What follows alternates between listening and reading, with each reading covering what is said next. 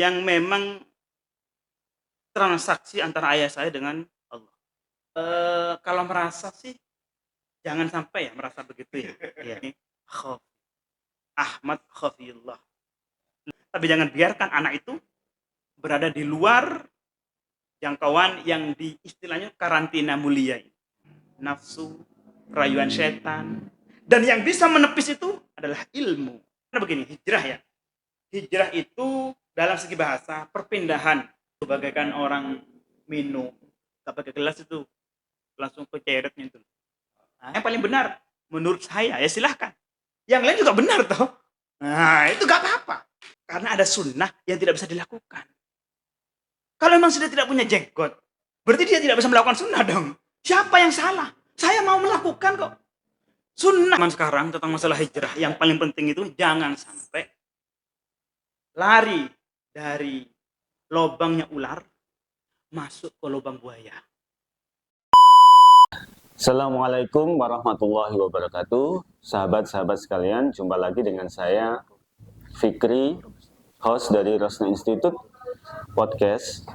Di mana podcast ini kita akan membahas hal-hal yang mungkin bisa menjadi bahan pembahasan atau perbincangan sahabat-sahabat sekalian dan mungkin bisa menambah wawasan sahabat-sahabat sekalian.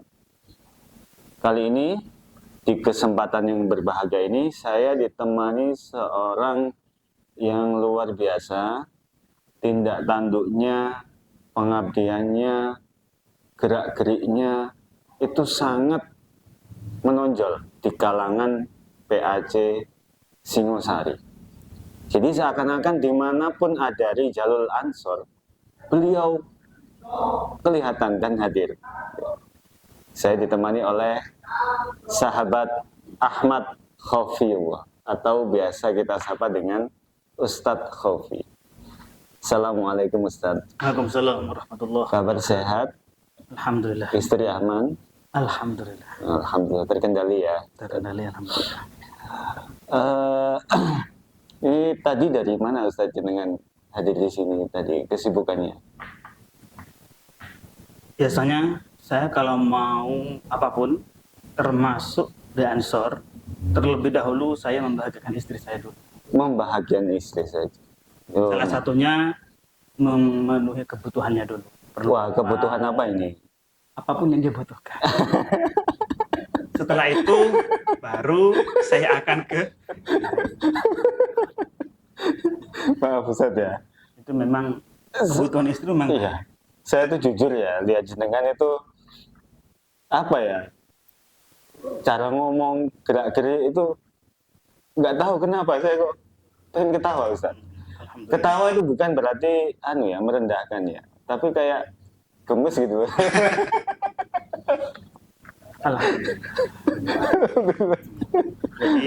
Jadi memenuhi kebutuhan istri Ustaz ya. Terus begini, sebentar lagi ya, barusan itu ya. Iya. Tidak sedikit orang itu untuk membuat orang itu tertawa, membuat orang lain berbahagia. Iya. Itu juga mengalami kesulitan tersendiri. Butuh ekspresi, butuh begini dan seperti itu.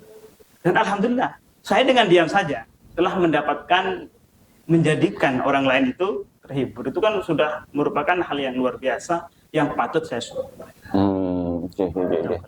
Oke, terima kasih Ustadz. Ya. Terima kasih sudah lahir ke dunia ini Ustadz. Alhamdulillah. Walaupun sebenarnya saya lahir dunia ini sebenarnya termasuk hal yang memang transaksi antara ayah saya dengan Allah. Oh. Dulu saya itu ketika bayi itu sudah sakit-sakitan. Loh, beneran Ustadz? Dan hampir meninggalkan dunia ini. Beneran Ustadz, serius? Masukkan rumah sakit, sakit lagi, rumah sakit. Berdasarkan cerita? Bukan. Menurut adat yang ada, gitu ya. Di situ disabdoni. Kadang-kadang anak-anak begini, Yusle, pokoknya awakmu waras, tak tukono iki. Pokokmu awak, pokokmu awak waras, tak jalan-jalan dalu opoy. Seperti itu di sana. Biasanya kalau sudah gitu kan anak itu sehat. Nah itu jenengan waktu sakit-sakitan tuh umur bayi atau sudah ngerti, dalam artian sudah mulai bicara, udah mulai Itu kurang paham saya. Kurang paham. Cerita dari ayah saya masih bayi. Kita umur 3 atau 2 tahun. Masih bayi. Oh. Orang tua saya ketika itu keluarga aku kabeh rungokno. Oh gitu. Le awakmu encene urip ini takut kepada Allah, bermanfaat untuk umat. Uripo. Tapi kalau tidak seperti itu, mati ya saiki. Gelem aku duwe anak koyo gak bermanfaat kepada orang lain. Seluruh orang yang ada di sana itu menjerit. Lah apa kok ngono-ngono sabda aku gak apik. Ya sabda kembali ono apa ta kan ngono mesti. Iya. Tapi saya enggak apa anak. Kalau tidak takut kepada Allah, takwa kepada Allah dan tidak memberikan manfaat kepada orang lain. Rasa urip. Dan alhamdulillah ketika itu saya tuh ketika sudah dapat dikatakan mungkin nazar atau yang lain. Itu ketika aku berdetak lebih kencang. Dan hiduplah sampai itu. Iya. Jenengan yang juga luar biasa. Lahir di Pasuruan Ustaz ya. Pasuruan. Tanggal 28 Desember 1988. Sekarang berarti umur 35 ya Ustaz ya. Sekitar itu. Cukup muda Ustaz untuk prestasi yang jenengan raih sekarang. Jenengan ini kan kegiatannya tidak lepas dari ngaji, pesantren, ngajar, taklim buat ta'alum gitu kan. Ya, sosial juga. Sosial juga ya, di Ansor. Kemudian yang lain. Jadi ketua RA di Pagentan. Nah, Sekarang membawai bidang pendidikan dan keagamaan. tidak acing. Ya, ibaratnya itu kan paling ya. Tanggungan ukhrawinya itu lebih besar daripada sahabat-sahabat yang lain. Sebenarnya sama saja. Sama saja semua. Karena tanggungan kita itu nanti transaksi kita itu di hadapan Allah Subhanahu wa taala. Bukan manusia. Dan itu lebih kentara lagi ketika mengabdi di NU atau Ansor. Kalau di yang lain itu agak-agak kena skip. Haji dan Oke, sebentar Ustaz. Saya itu ya potong sedikit ya Ustaz ya. Siap. Jenengan Ansor sejak lahir Ustaz. Ya Ansor sejak lahir. NU sejak lahir Ustaz. Soalnya mohon maaf nih ya. Kenapa Anda berbicara seperti itu? Enggak, soalnya mohon maaf ya, Ustaz. Ini mohon maaf Ustaz ya. Jenggotnya jenengan ini jenggot asli atau jenggot ideologis Ustaz? Begini. Langsung saja jawab asli. Asli ya. Asli. Soalnya Ideologi ya, asli iya. NU asli juga. Itu belum bisa saya jawab. Oh gitu. Karena begini. Dulu saya dididik dari kecil. Ya mohon maaf, ini jalur kehidupan saya. Saya dari kecil itu adalah ahlu sunnah wal jamaah, bukan NU. Saya tidak mengenal NU. Bahkan sampai saya mondok, saya itu diajarkan saya itu ahlu sunnah wal jamaah. Ketika saya sudah pindah ke Malang, tepatnya di Summasari, baru saya mengenal. Oh ternyata ahlu sunnah wal jamaah yang terorganisir. Saya dipahami. Baru saya, oh berarti NU. NU seperti ini, saya belajar tentang NU. Kalau NU seperti ini, maka saya harus masuk ke dalam kepengurusan. Enggak, organisasi NU sendiri. Ternyata Allah menakdirkan lain. Saya masuk NU, jalurnya ternyata saya tidak masuk ke NU secara langsung. Saya masuk ke mungkin menurut saya tempat yang strategis apa yang lebih saya inginkan. Apa itu? Di sini. Oh, sorry. Ansor ternyata. Itu mungkin sejarah sedikit.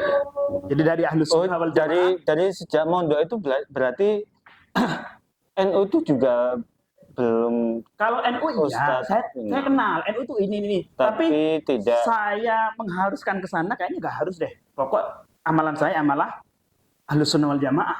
NU tidak, nggak jadi masalah kok. Tapi setelah saya mengenal NU, oh nggak bisa, harus NU saya ini. Nggak bisa. Karena kenapa? Karena ahlus sunnah wal jamaah tidak akan kuat bila tidak ada NU.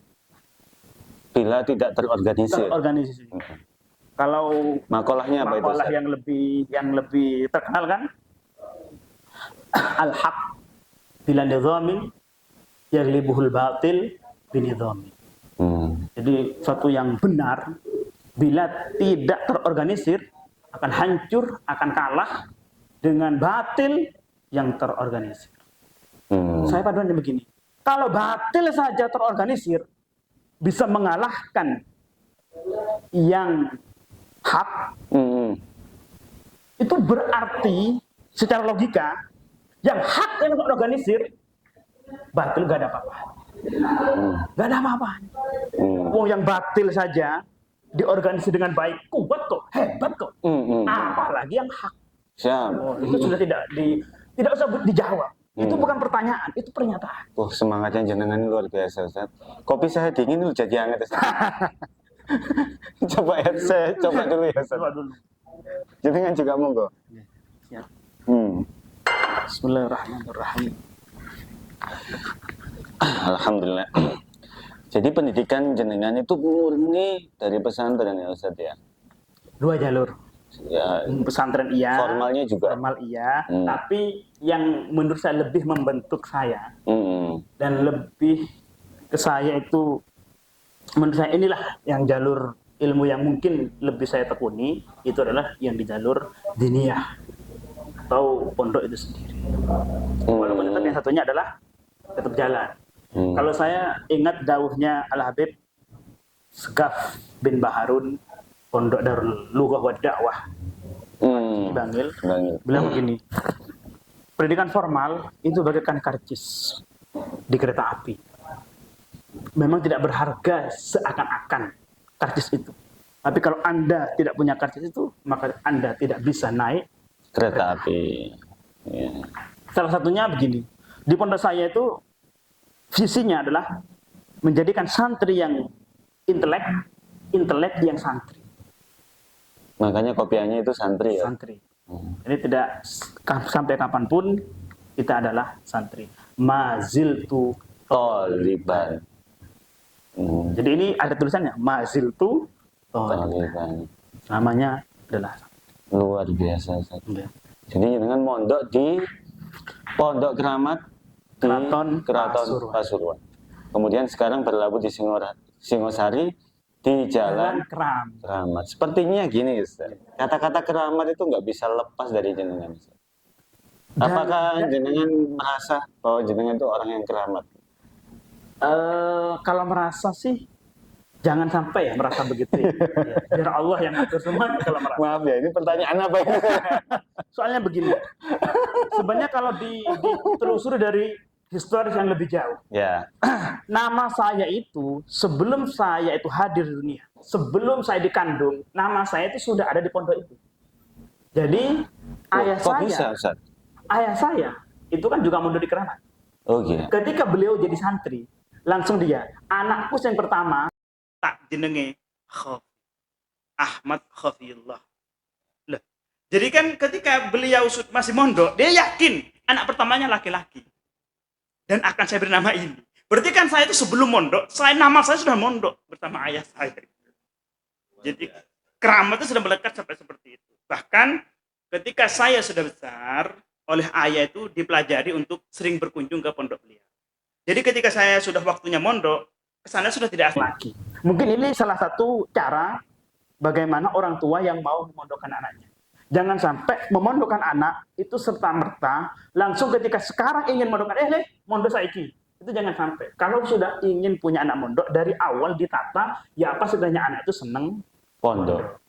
Dan sekarang, di zaman milenial ini, menurut saya, penelitian yang sudah saya lakukan di setiap lini dan berbagai macam perspektif, sudut pandang disiplin daripada ilmu, sekarang ini tidak ada tempat yang lebih aman. Bahkan satu-satunya tempat yang aman daripada terkikisnya peradaban yang menghancurkan daripada generasi itu adalah pondok. Benteng walaupun sekarang sudah dengan nama lain, silahkan asrama atau yang lain, silahkan. Tapi jangan biarkan anak itu berada di luar jangkauan yang istilahnya karantina mulia. Karena kenapa begini?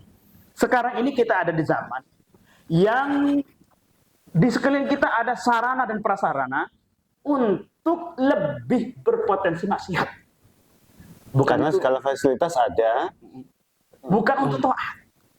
Kalau fasilitas itu secara fungsi, iyalah untuk taat bisa, itu untuk maksiat bisa. Tapi secara objektif dan secara siapa yang menggunakan itu nanti lebih berpotensi digunakan kemaksiatan. Karena kenapa? Begini, contohnya seperti gadget ini.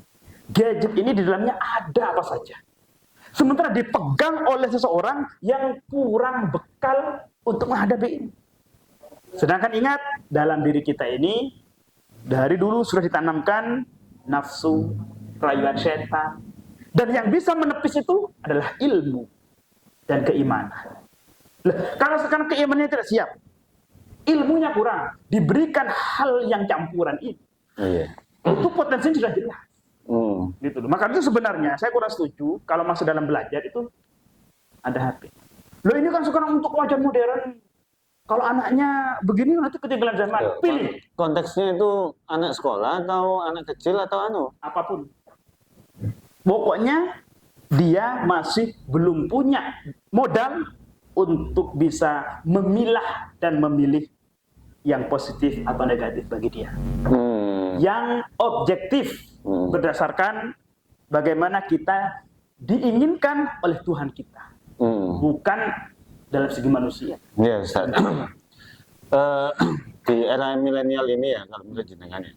Terus kemudian fenomena-fenomena anak-anak yang sekarang itu banyak fenomena yang terjadi.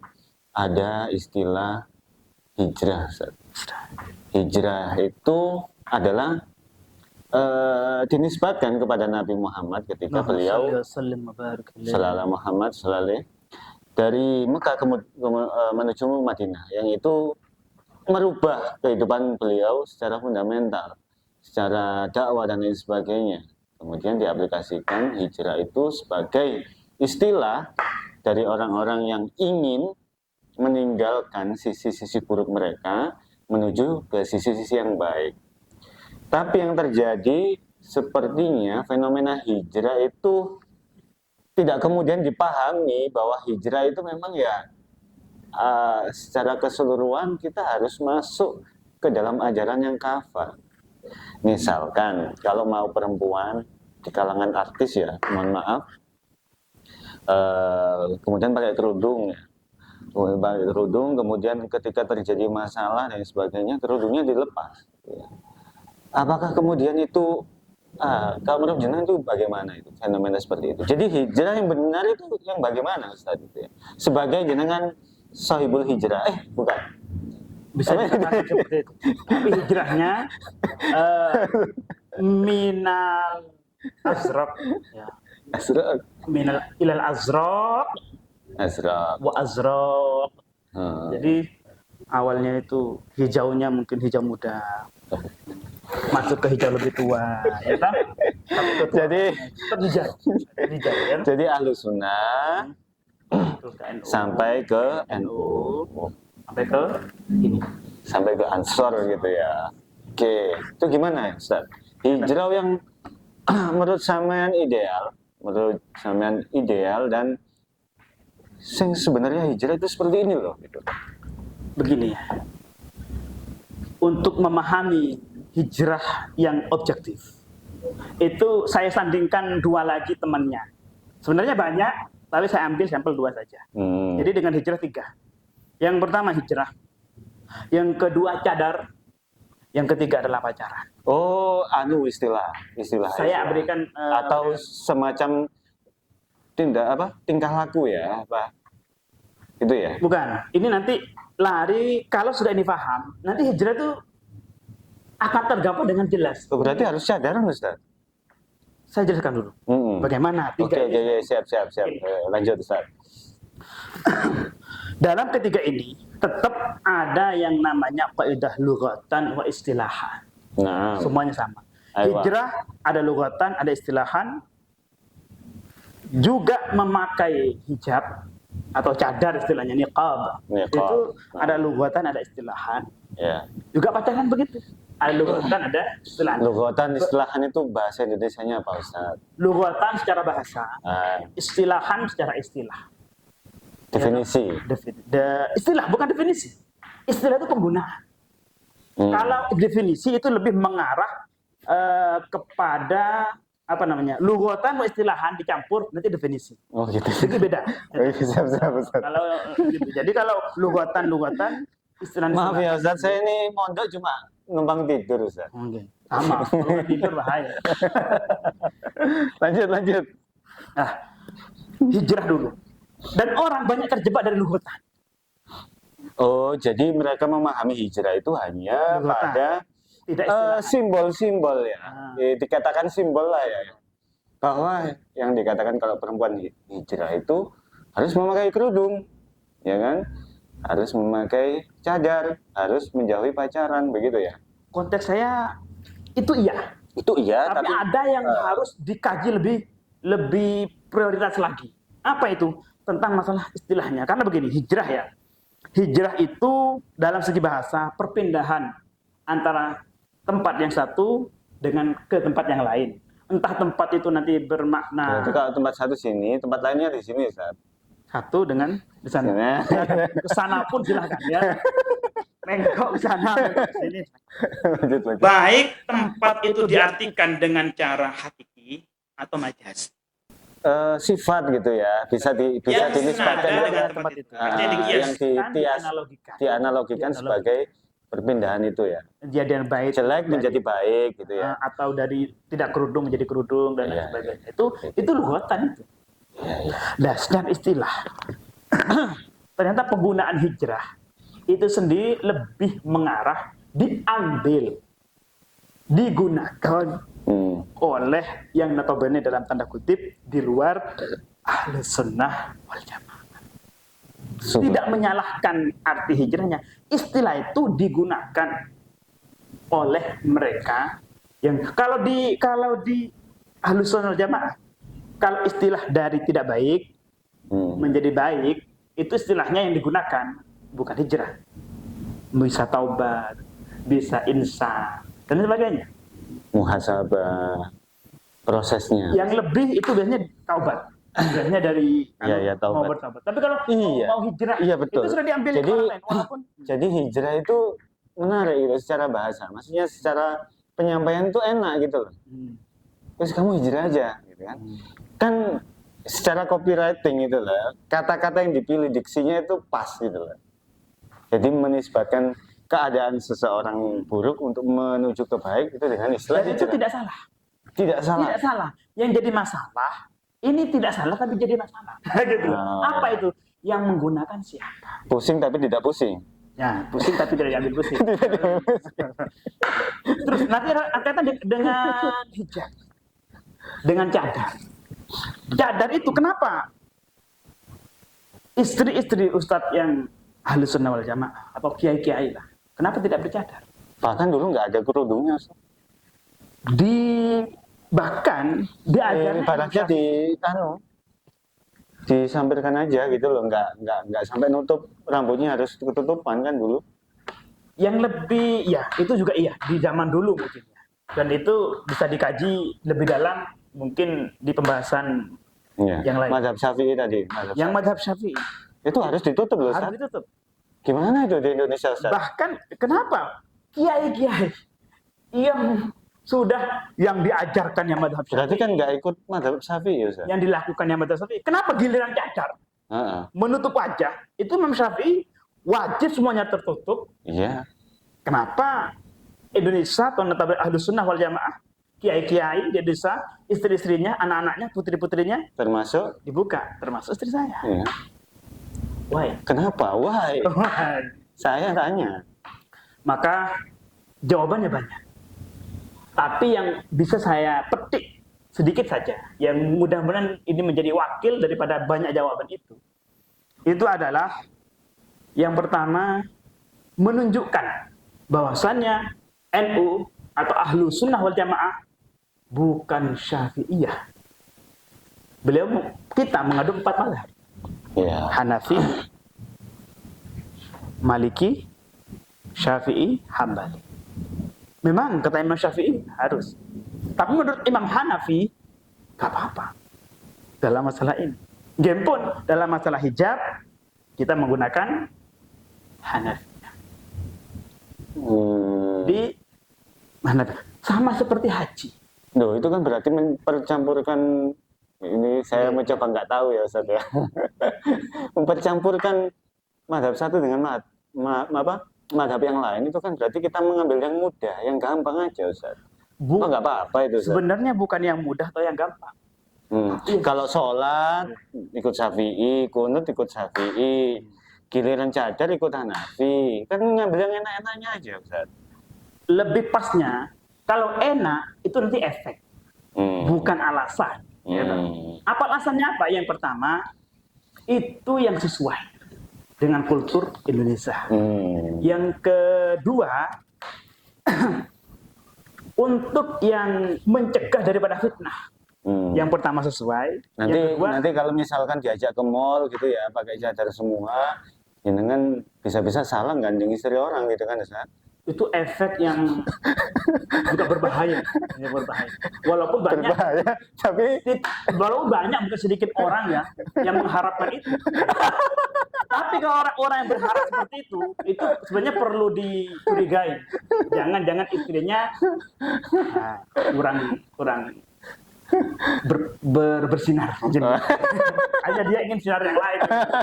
Tapi kalau salah satunya mungkin saya dan yang lain lah. Ya masih mengharapkan tepat istri itu karena ada sinar di situ. Oke. Jadi memang bukan untuk mencari enaknya, tapi untuk maslahat. Sesuai dan maslahat. Soalnya begini. Solihun likuli zaman ya. Karena kalau sampai dipaksakan yang tidak sesuai, misalkan bercadar. Sekarang ini bercadar itu adalah identik dengan di luar Ahlus Sunnah wal Jamaah. Utamanya kelompok radikal. Wah, ini soalnya begini. Bahasanya ini berat Ustaz. Berat Ustaz. Soalnya begini. Berat. Ini sebentar. Cadar itu tidak kemudian diidentikan luar ahli sunnah loh Ustaz. Kalau menurut saya pribadi, cadar itu ahli sunnah. Tapi gini loh, konteksnya itu bukan ahli sunnah atau tidak ahli sunnah. Tapi konteksnya itu lebih kepada yang kan al-Islamu solihun likuli zaman wa makan. Kira-kira seperti itu. Jadi yang soleh untuk makan, yang soleh atau yang pas, yang sesuai untuk tempat di mana kita tinggal itu yang mana kan gitu. Bukan masalah ahli sunnah. Cadar itu ahli sunnah, ya kan? Kira-kira seperti itu ya. Itu iya. Gitu. Saya tidak menafikan itu. Akan tetapi ada unsur yang lebih dari itu menurut pandangan saya. Yaitu menjaga daripada fitnah. Karena begini. Tasabbuhul biqaumi. Ya. Itu bahwa minhum. Itu kalau jenengan minna atau minhum Ustaz? Yang lebih minhunna. Atau min itu yang lebih pas. Kalau minhum itu bahaya. Kalau hunna itu perempuannya banyak Ustaz. Karena kalau minhum itu rata-rata golongan. Gini soalnya, begini. Berbuat dosa. Itu dosa. Ya iyalah Ustaz, berbuat dosa itu ya dosa. Setuju dong? Ya iya dah. Tapi membuat orang lain berdosa, itu juga dosa. Cadar itu sekarang itu identik atau diklaim bagi orang yang cadar. Memang begini, cadar itu adalah sulit kan masalah cadar kan Ustaz? Bukan, sangat mudah. Karena sudah saya pernah mendalami ini. Agak bidang saya gitu. Siap. Begini, cadar itu bukan masalah hukumnya. Kita tidak membahas masalah hukum, tapi dampak daripada memakai cadar. Kalau hukumnya, memakai cadar itu Syafi'i, itu Ahlus Sunnah wal Jamaah. Ya siapa yang tidak tahu?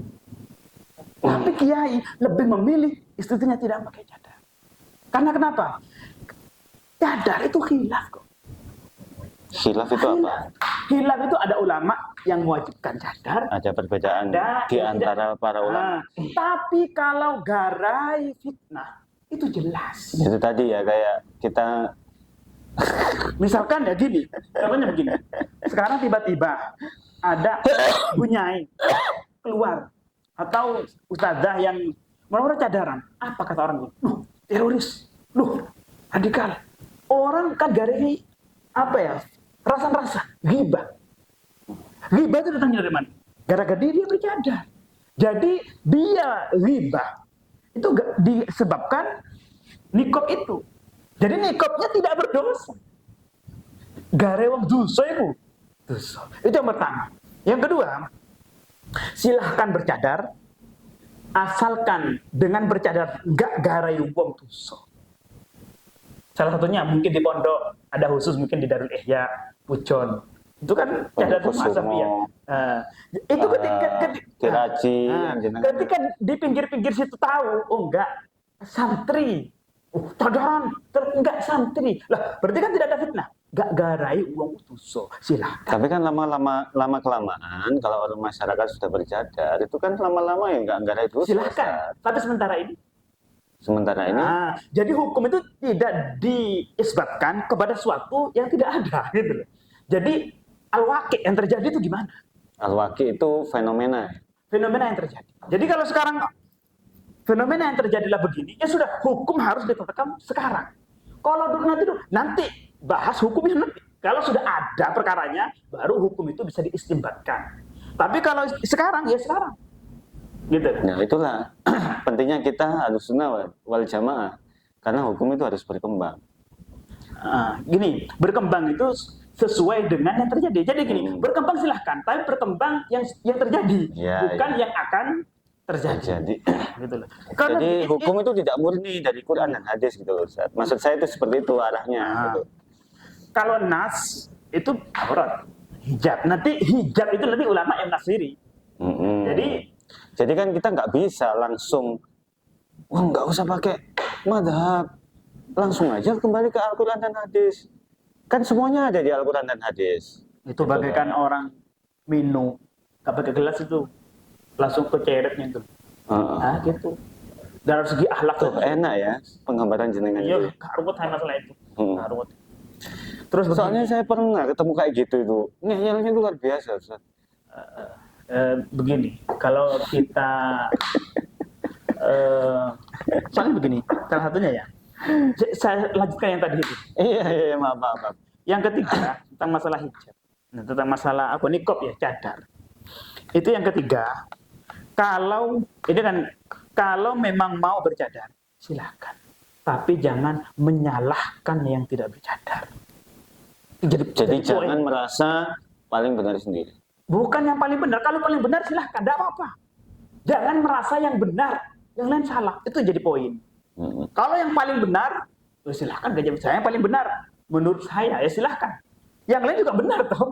Nah, itu nggak apa-apa. Kalau begini, saya yang benar. Yang nggak boleh, itu ciri-ciri kaum khawarij. Yang harus kita tinggalkan saja itu. Merasa dia yang benar, yang lain salah. Jadi ketika bercadar, menurutku ini yang benar. Yang paling benar. Silahkan. Yang lain ya benar juga. Iya, belum tentu salah. Belum tentu. Lah bukannya benar. Benar ya, itu harus gitu. Karena menurut Imam Hanafi boleh. Yang jadi masalah kan itu. Ketika orang bercadar, yang lain disalahkan. Itu yang jangan. Tapi terlepas dari hukum semua. Kayak saya ini kan nggak bisa kayak jenengan gitu, Ustaz. Apa? Pakai jenggot gitu kan? Ini. Tapi sampean nggak nyalahkan saya kan nggak pakai jenggot, Ustaz? Karena itu merasa gini, sunnah itu kalau saya membagi itu banyak. Tapi yang lebih itu ada dua menurut saya. Yang pertama sunnah berdasarkan akhlak, perbuatan, potensi, kualitas. Pertama. Yang kedua, sunnah aksesoris. Sunnah aksesoris. Yang paling penting, yang paling tinggi dan tidak bisa dibandingkan dengan ini adalah sunnah yang kualitas, sunnah yang akhlak. Itu yang paling penting. Sunnah ilmu. Kalau aksesoris ini Karena kayak gini, ini sangat rendah. Berarti aksesoris itu nggak penting, Ustaz. Saya bukan mengatakan tidak penting. Tidak, bukan bandingan daripada yang ini gitu loh. Oh, gitu. Karena apa? Berarti kalau bukan bandingan kan nggak penting berarti, Ustaz. Soalnya gini, sebenarnya tidak penting. Sebenarnya. Tapi karena ini disandingkan dengan Rasulullah, maka jadi penting. Itu yang paling jadi garis bawah. Ini tidak penting sebenarnya. Kalau disandarkan dengan selain Rasulullah manusia. Tapi ini karena ini sandarannya Rasulullah, maka jadi penting. Tapi tetap tidak mengalahkan ya bandingan yang satu ini. Karena apa? Kalau ini tidak dipahami, maka akan kebalik. Sunnah yang penting itu yang ini. Udah berjenggot, terus pakai jubah. Isbal. Soalnya begini, kalau sampai jenggot itu sendiri adalah sunnah yang paling penting, maka dapat dikatakan dalam tanda kutip ya, Allah tidak adil. Karena ada sunnah yang tidak bisa dilakukan. Kalau memang sudah tidak punya jenggot, berarti dia tidak bisa melakukan sunnah dong. Siapa yang salah? Saya mau melakukan kok. Sunnah itu yang sebenarnya bagus itu semua orang punya potensi melakukan untuk melakukan itu. Gimana kalau yang jenggotnya itu Pancasila, nerima tuh. Itu malah garewong risih. Kembali ke tadi. Kembali ke tadi itu ya. Masalah risih, Ustaz. Jujur istrinya kan pernah merasa risih nggak? Atau suka dengan bisa ditanyakan kepada tapi kalau saya boleh berikan suatu fakta ya. Ini juga mungkin bermanfaat bagi orang yang belum nikah. Iya, belum nikah. Kalau Anda masih belum nikah, saran saya, jangan panjangkan jenggot itu. Jangan panjangkan ini. Kalau bisa yang bersih. Oh, malah gitu. Malah gitu. Atau kalau kenapa ini, Ustaz? Kenapa? Saya selesaikan dulu. Ini soalnya penting. Ini soalnya iya, saya juga. Iya, saya juga mendengarkan kok jenengan, karena jenengan kan kalau saya dengar kan pakarnya kurang dulu ya. Salah satunya itu. Nanti di situ nyambungnya begini. Karena apa? Kalau orang perempuan yang belum nikah itu melihatkan hanya sebagai dohir saja. Tidak tahu fungsinya.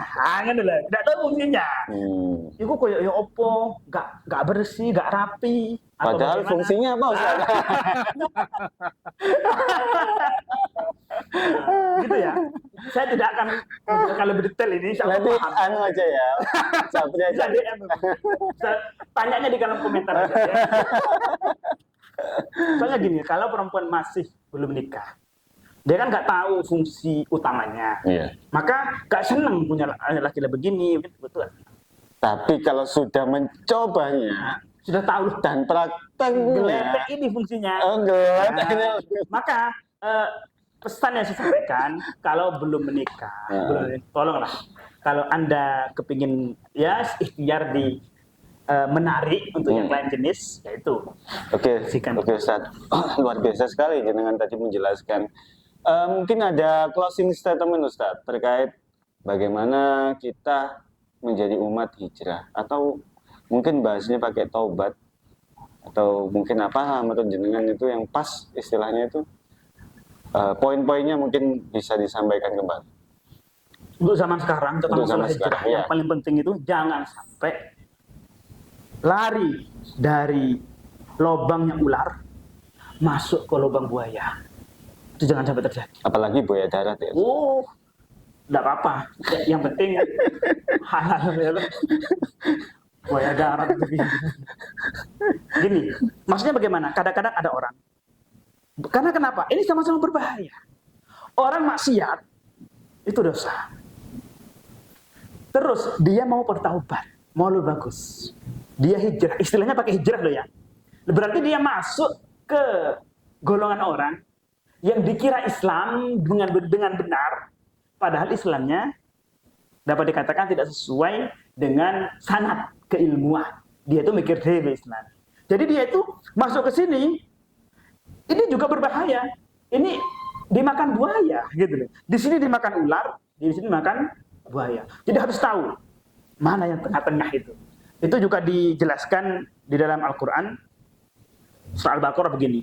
kabeh kudu wasatan. Jadi bismillahirrahmanirrahim, wa kadzalika ja'alnakum ummatan wasatan litakunu syuhada'a 'alaikum wa yakuna ar-rasulu 'alaikum syahida.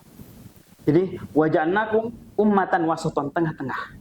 Kalau terlalu kanan nanti jadinya radikal. Terlalu kiri liberal.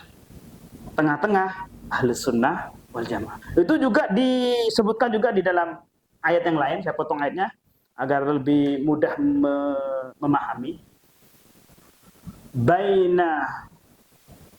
Baina farthin wa laban, baina farthin wa damin labanan khalisan sa'ighal lisyaribin. Antara kotoran dan darah, di situ ada susu yang suci, bersih, menyehatkan. Jadi susu, ini susunya susu cair nggih. Jangan yang lain ya.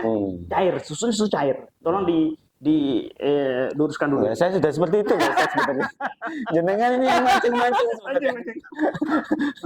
Susu yang menyehatkan. Bukan susu yang gare wong tangi, ya ta? Susu kopi susu. Jadi susu sing gare wong turu, jangan itu. Susu yang gare wong tangi. Iya. Susu ini yang khalison sya'iran lisyaribin, ternyata di dalam hewan, kalau yang saya contohkan sapi atau yang lain punya susu, tempatnya itu dia berada di tengah-tengah antara kalau ke samping satunya adalah kotoran, samping satunya adalah darah. Kotoran najis, darah najis. Maka jadilah berenang-renanglah di jalur susu. Karena dia indah, enak dan sebagainya. Jadi, jangan di kotoran. Oke, luar biasa sekali Ustadz Ahmad Khafiullah. Itu salah satu singanya Singosari di masa yang akan datang. Saya yakin itu Ustadz. Amin, amin. Bermanfaat bagi kita. Dan semuanya. Oke, terima kasih Ustadz Ahmad Khafiullah, Ustadz Khofi, Mas Khofi, Cak Khofi, ya, sahabat Khafiullah, atas waktunya. Semoga jenengan sukses selalu, Amin. Diberikan keberkahan, Amin. Diberikan umur yang barokah, manfaat, fid dini wa dunya wal akhirah, Amin. dan berikan kekuatan untuk terus menjaga Ahlus Sunnah wal Jamaah ke depan. NU lebih spesifik. Lebih spesifiknya NU. Terima kasih sahabat-sahabat sekalian yang telah menyimak obrolan kami. Semoga obrolan yang kita lakukan hari ini menjadi secercah manfaat untuk kita semua, dan semoga menjadi bahan yang menarik untuk diperbincangkan.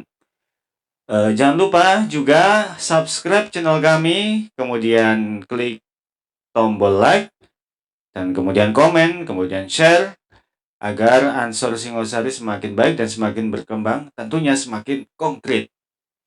Cukup sekian, saya Fikri, host Rosna Institute. Wallahul muwaffiq ila aqwamit thoriq. Assalamualaikum warahmatullahi wabarakatuh.